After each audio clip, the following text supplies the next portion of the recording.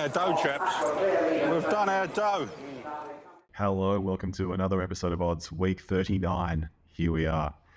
So week 38 was a disappointment, but with the magic of diversification, we somehow didn't lose as much as I thought. So my main chances were all wrong. Plenty of ammo, wilted out of it. Band of Brothers sort of ran on for fourth, but it wasn't that great. Still ran on for a decent fifth, but it looked like the run of a horse resuming and sort of getting into its work, whereas I thought it would be really ready to go. Jenny Moo, nowhere. So all these key horses lost, and it should have been a real wipeout, maybe $10 back, but we did get back around about $28. So it was only a $20 loss. Recouped 60% of our money. The Quinella with Feroce and Sabagli was really good. There was a few small winners along the way. Amelia's Jewel, Spring Lee, Rich Dotty for the place. Just a few key little $3, $4 collects just to keep things ticking along. And then in the NRL Vegas opening round, two of the three, the try scorers were good. One of the guys was good. The other guy just was supposed to get 6 points, didn't get anything. So got the $20 in bonus bets. That'll be key today. But yes, it was wasn't a great week, but wasn't terrible. So $28 back was a 40% loss on the day in racing, 60% overall. And then we did get the bonus $20 back, which was huge. Overall for the racing, up $191 for the year. So that represents 10% profit, still holding on to that in the racing. Sport is just keep plummeting down to 16% down, $97 down. So overall about $100 up. And that equates to a 3.77% return. So that has been bad. And then the share market plummeted during the week. So they're down to 1.5. So we're double the market. So things aren't as terrible as they look, but it's another week to get back on track. So today's huge. Newmarket day at Flemington, Kewney Stakes, All-Star Mile, amazing day. And then in Sydney, Randwick Guineas, Canterbury Stakes, Randwick City Stakes, Challenge Stakes, Todman Stakes, massive. And then in New Zealand, they've just had this Systema Stakes. Yes, I was on Landlocked, who almost got there, just needed one more bound at 40-1. So this week is the first time I'm recording as they've already started, very delayed. So I had some bets mapped out for race one. They've already run. Outsiders came nowhere. I liked Let's Face the Music. That's run second, beaten by Mystic Rain. Gallant Sun, the favourites, run nowhere. So we'll be able to get race two picks into this app, and then that'll upload after race two. So a bit delayed, but this will all still count, and there'll still be some info there for today. So getting into it, let's have a look at Flemington. So race one. Yes, as mentioned, Let's Face the Music ran second. It was favourites all the way, basically. Mystic Rain was sort of third pick. I liked Head and Heart. I thought that the run was a lot better than it looked. It ran at Moonee Valley. It was the same race as Mystic Rain. So Mystic Rain sort of jumped second best and then worked its way to the lead, which is where you want to be at Moonee Valley. Head and Heart had to go back. It jumped okay, but had to go back. Couldn't really do anything from that position, but it made a lot of ground. So I'll need to watch this replay, but keep an eye on that because it ran at 100-1 today. I thought it was way over the odds, especially down the straight. It could have been interesting, but keep an eye on that in the future. I thought Motkins wasn't too bad and Figlio di Argento as well. I would have done that in a standout Quinella with Figlio di Argento as a standout just to go run with the field. I thought that the first up win was good and that it had room for improvement, but that's run nowhere. So that's a quick recap of race one. Race two is 6 minutes away. Gin Spirit, I liked the win in Adelaide. It was sort of one hands and heels. The jockey didn't really have to push it out too much. I think it's a fair bit better than a lot of these. Nafa ran second in that race, but maybe, for its first run was over 10th at Caulfield. Wasn't really anywhere near mislead, so maybe the form's not as good as it looks, but I think Gin Spirit is quite a decent horse. It was stuck that Caulfield day where you couldn't really lead because of the weather and the headwind. It wasn't a bad run, 4 lengths behind Palm Angel, which franked the form in the Blue Diamond and its other lead-up races. So that's a bit of a clear standout. Barrier 11 will be okay down the straight, 1,000 metres. A few other ones. Enchanted By, was a decent-ish run in Sydney behind Icarian Dream. It's had some good trials. That's got to be something to watch. Secret Glory, same sort of deal. one start for fifth, but then it's had good trials, one to watch. Really difficult. Petite Artist has had 2 trial wins, paying 30, so I'm thinking a bonus bet there on that isn't a bad idea. Might do something. And then Prestige Schnitzel, similar story. That's won one of its 3 trials out of Schnitzel, and that's paying 20. And then Van der Woodsen, also it's won one of its trials. It's paying 125 out of Written By and Hot Gossip. I think they're worth a go. So I've got a bonus bet on for the win on Petite Artist, a place bet on Van der Woodsen, and each way on Gin Spirit, and then a Quinella for 1, 4, 12, 13, 14. Pretty difficult betting race. Move on. Race 3. This one probably, races can be good on paper and interesting, but be bad for betting, and vice versa. They can be very, very bad, but you might just find something good for betting. Race 3, I think, is a bit of a tricky race. A lot of horses out of form. Wolfie was good last week. I liked it. Not so keen this week at the 460. Prince Zero is always around the mark down the straight. I think the 850 after 2 lead-in runs, the $8.50 is pretty good in a race where some things maybe are not suited. My Temptation is the favourite. 3 starts, 3 wins. A lot in a lower grade. Moonee Valley, Caulfield Heath form. I'd like to see it at Flemington first, so I don't really think the 3s for $3 value is for me. Don't Hope Do. I'd like that more in the country, maybe more at Caulfield Sandown. Again, the 550, I just think at a biggish field.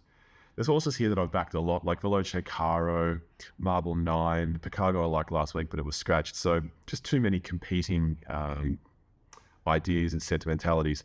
Something for the place on Picago, because that's what I was going to do last week, but otherwise just a race to overlook, I think. So we'll skip that.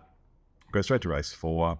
This one's a pretty, I'd say, difficult race. Maybe there are a couple of opportunities. Ayrton's first up after a long layoff, but it's a very, very capable horse. And probably this is one of the easiest races it's seen in a while. Fancify wasn't suited last time at Caulfield. It tried to lead on that very, very tough, on that tough day when it was tough to lead. So it's now out to 4. That day it was about $2. Here it's $4.20 and is quite good value. It will have to cross from barrier 10 over the 1400, which is tricky at Flemington, but it won't have probably too much competition. Lady Jones better suited at Caulfield or Moonee Valley. Aztec Ruler, I like that it's 5 or 6 runs into the prep and it's rock hard fit, so I think that's a very good place chance. Nugget, I liked last week. Same sort of story. It's a tough sort of mile or 1400 metre horse, probably over the odds here. It's not an overly tough race. I'm surprised Is It Me is favourite after these 84 grade wins. They have been good. Beat Kappa 39, beat Lethal Thoughts. I don't think it's the sort of calibre you need for this. I mean,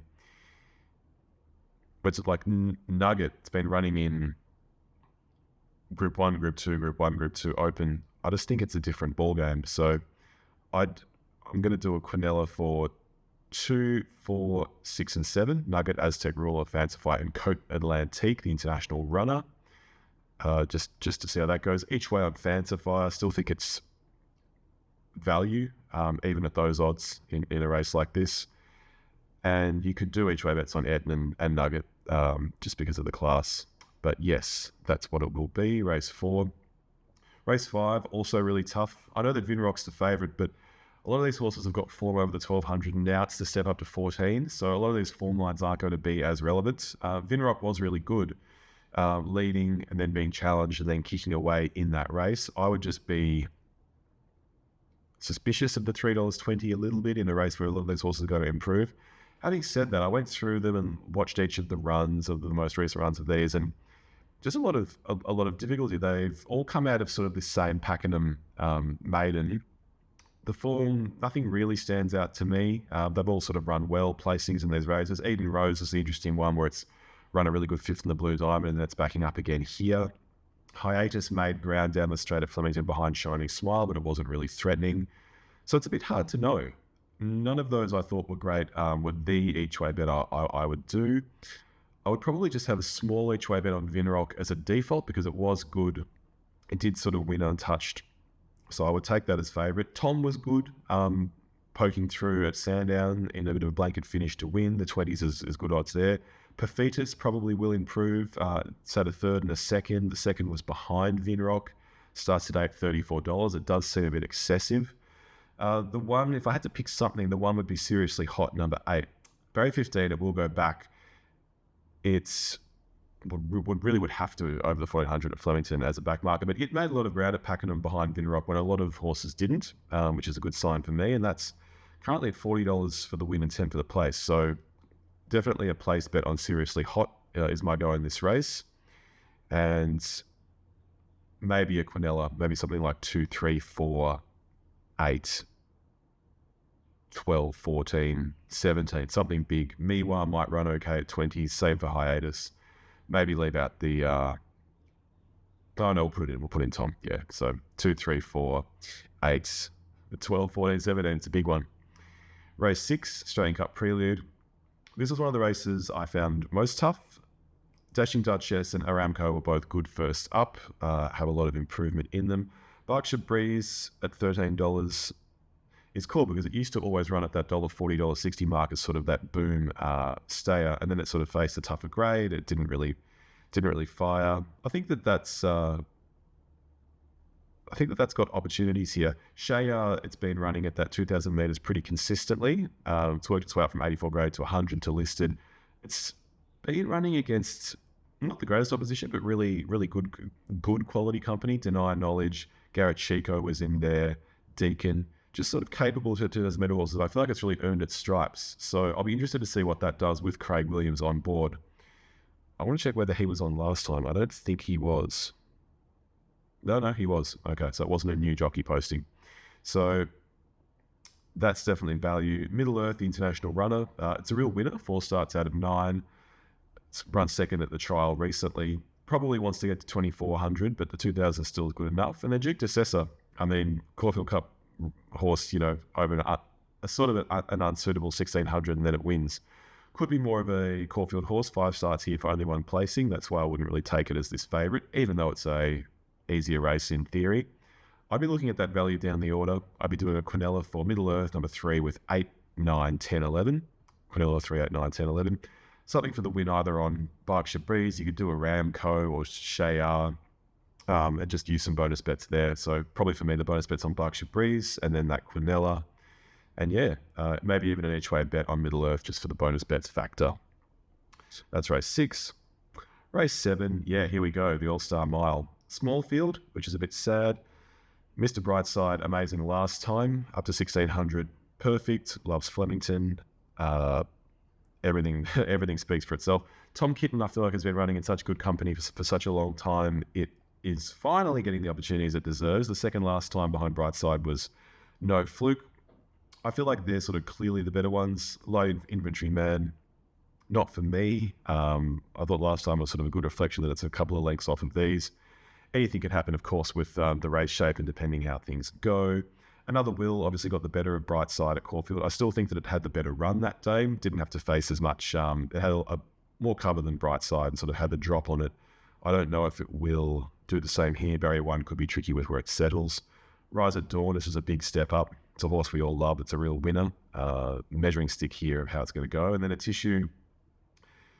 It might be a bridge too far. It was good last prep when it was sort of running in races like this, and just it was a little bit behind them all. A few legs behind Via Sistina, and then finally got to that 1,600 at Flemington against the fillies and mares where it could just power over them. Still, though, this is a very winnable race. Loves Flemington. So I'd be doing Quinellas for 1, 2, and 7. Brightside, Tom Kitten, and a Tissue, taking on another Will. And then just a win bet on Brightside. It's just so reliable, infallible even at Flemington. So that's race 7. Race 8, the Kewney. I've just been dazzled and surprised by Treasure at the moment, winning and winning and winning. I would always take it on. It would always just get the better of them. So again, last time it just sort of sidled up to G and the Fox took over, and at the $1.60 today, it's quite short. Another profit delivered over this distance in the last prep. It's going to have to do it again. I think it'll be tough. It was probably beating a bigger field, I think, that time. It could sort of, 13 runners. It could sort of get a bit lost in the pack and surprise them. I think here it's going to be very obvious where it is and people are going to know about it. Captured by Love. I think the value here is really good. In New Zealand, it beat Alabama Lass, which just won on this big day at Ellerslie today. and it loves a 1600. So I think at the 17, is it still $17? $18. It's paying 18 and 350 for the place. So that's the value for me, captured by Love. London's Image, I love that they brought it across from Perth and are running it in a race like this. I don't think it's, I think it'll be a stretch, but I hope that it runs well and love the ambition. Sneaky Sunrise maybe has got a bit under the radar out of the Autumn Sun. Third behind Chiller Chap. They're probably the ones I don't know as well, so I will stick to each one captured by Love. Quinella. Even here, it's hard. Two-Gun Lizzie should lead. Jenny the Fox was good last time, but might not run that well. This time, the 1600 is an unknown. Surely that's a bit of an unknown. I might just do a Quinella for 1, 3, 5, and 8. I'll just stick to those. And yeah, Treasure of the Moment just looks pretty solid. Maybe the 1600 is its. If there was a slight weak point, it might be this. It probably wants the 2000 more. Last time it only just beat Acton on Verber at Caulfield over this distance. So I still think the $1.60 is too short in a race like this. But yeah, each way captured by Love. Race 9, the Newmarket. Always a great race. I feel like the market has maybe got this a little. Well, if I was pricing it, I'd have Benedetta, Mahaba, and Arkansas Kid a lot shorter. Arkansas Kid loves the straight. Maybe it isn't up to the Group 1 grade, but always seems to run well. Benedetta is a quality horse. 17 starts, 8 wins, 5 placings. Distance pretty flawless, track pretty flawless. Third last time, got into gear behind Skybird. I think that's great value at 12s. Mahaba. I was very keen on this last time. I thought that this was going to take a big step this prep. It was not too far off Ray Magnario, but it didn't really do a lot. I just feel like it really likes Flemington and wants Flemington, so I'll be having an each-way bet there. Ray Magnario, who can fault it? Amazing this prep, close up behind Jimmy Star. And then Growing Empire, we're all sort of wondering whether it will get back to the heights of last prep. So for me, I'm going to leave Stretton Angel aside. That's also in the mix, but probably wants a bit of more wet. Jelly Star, I'll sort of leave because it hasn't really run down the straight before. It's run once here at Flemington for a place. I think it might have been behind Here to Shock. But yeah, the 480 I'll leave. So Quinella for 1, 2, 3. Benedetta, Mahaba, Arkansas Kid, 6, 7. Ray Magnario, Growing Empire. And then each way on Benedetta, each way on Mahaba. I feel like the other one's down the order. Espionage has a chance. Headwall, decent horse. Stretton Angel, the same. But I'll leave that sort of bunch and just stick to the real quality ones, the real tried and tested Group 1 performers. And then race 10 is a leave. I've only got $10 or $12 left, so I have to head straight to Randwick. So heading over there, race 1 was a skip. Race 2, Drifting, it was pulled up sort of out of that race last time, and then it's had a few trials. Not sure what's going on, but I feel like one of the trials recently, it's run second, so maybe things are back on track. It's a good horse if it's fit and firing. Zaytung, I loved all the way through last prep, and I will just back it because I feel like this is a much more winnable race than what it's seen. I think the 360's value. Not exactly sure why Yoshinobu is favourite. It did have some good runs last prep, culminated in the running in Group 1 behind Switzerland at Flemington, and just wilted out of that. Even it's third behind Switzerland before that. It's sort of, wilted again. It's had trial wins, but I don't know if I'd be taking the 260. I'd rather go definitely Zaytung or even Enriched. I thought that that was good behind Boston Rocks first up. It's also had group starts previously. It was with Yoshinobu behind Switzerland down the track. They almost finished in a pairing. Good third behind First Settler. I would be going with Enrich. I like the way that it ran on last time too, knuckling down from back in the field against Boston Rocks. And that will be it. Quinella for 2, 3, and 5. Drifting, Zaytung, Enriched. Each way, Zaytung. And maybe Enriched if you wanted to play two ways with bonus bets with the tab and sports bet. Race 3. This is a collection of horses that I've backed recently that haven't fired. So Belmercy last time ran 8th. Tempted ran 7th in the Blue Diamond, didn't really fire there. Dushenka's down from Brisbane. The last name sounds a bit like my last name, Dusek, so there's a sentimental connection there. It was a good win when it paid 20. That was a real missed opportunity. Don't know how it's going to go this time. Maruna scratched last time. That's paying 9. Tupacara's been good lately. Pankhurst, three trials, 2 of them wins. That's paying 16 out of Capitalist. Nullarbor Jane, 2 trials, 2 wins. They're really maybe the value. Pankhurst is at, Lady Pankhurst is at 16 and 420. Nullarbor Jane's at 8 and 260. Tempted's quite short, but I'm just not that keen on horses backing up after big races. I feel like this is sort of an afterthought. So maybe leaving Tempted. Inkaruna's still very much in the mix. I'll be taking that in all Quinellas. So Quinella for 2, 6, 11 and 12. Just stick to that. And then bonus bets on Lady Pankhurst, maybe even Nullarbor Jane for the value. Race 4, Tantiris is here. Skipping this race, just in the Todman running out of funds. Same for race 5, the Aspiration Quality, Group 3. Just skipping that. Race 6, the Challenge Stakes, same deal. Need to save the money for the Group 1s. Randwick Guineas, any horse can lose, but broadsiding does look like it'll have the measure of these. Last time the pace was sort of set up for it to run from midfield, and it did run on powerfully and win relatively easily, but if it doesn't get that same cut into the race, things might be different. Even still, I'll have a win bet on broadsiding. I just couldn't really opt for something else instead of it. And then a trifecta for broadsiding to win, and then more the outsiders for second, just out of hope. Linebacker, number 3, Firm Agreement 5, Depth of Character 6, 7 Our Benefactor 8, Temporary Wells, just in case, and then field for third. And then race 8, Canterbury Stakes, Group 1. Really, really good assembly of horses here. Magic Time was good last time. Militarizes first up after a year off. It's, ran at the highest level back then. The 17 is quite generous, but people want to see how it's going to go after 2 semi-underwhelming trials, I suppose. Celestial Legend, over the odds at 30. Same for Royal Patronage. And their first up records aren't too bad, especially Royal Patronage, 2 wins from 4 starts. Sunshine in Paris, amazing horse. That was a great win at Flemington during the Spring Carnival. It's had 2 trials, first up here. Great race to watch this, but where am I leading to with this? 2 things. Here to Shock's really risen up the ranks and was amazing, winning to be, I forget what it was, but it was the B something sprint in New Zealand. Really just ran away from them. Wasn't the greatest field. Bezusto ran second, but other really informed horses were there. Grail Seeker. So the win was great by 4 lengths. Rock Hard Fit here, 1300 should suit. So Here to Shock is one, and then the other is I'm a huge wrap for Stephanie Magnetica. I just love this horse. Love the name. Love the way that it runs on. Should have won that race that Lake Forest was in, where it just ran into a brick wall. I'm going to have something on Stephanie Magnetica, and then a Quinella for 2, 6, 7, 11. Here to Shock, Royal Patronage, Celestial Legend, and Stepping Magnetica. And then at race 9, skip and race 10 is skip because I'm out of money. So that's the 50 spent.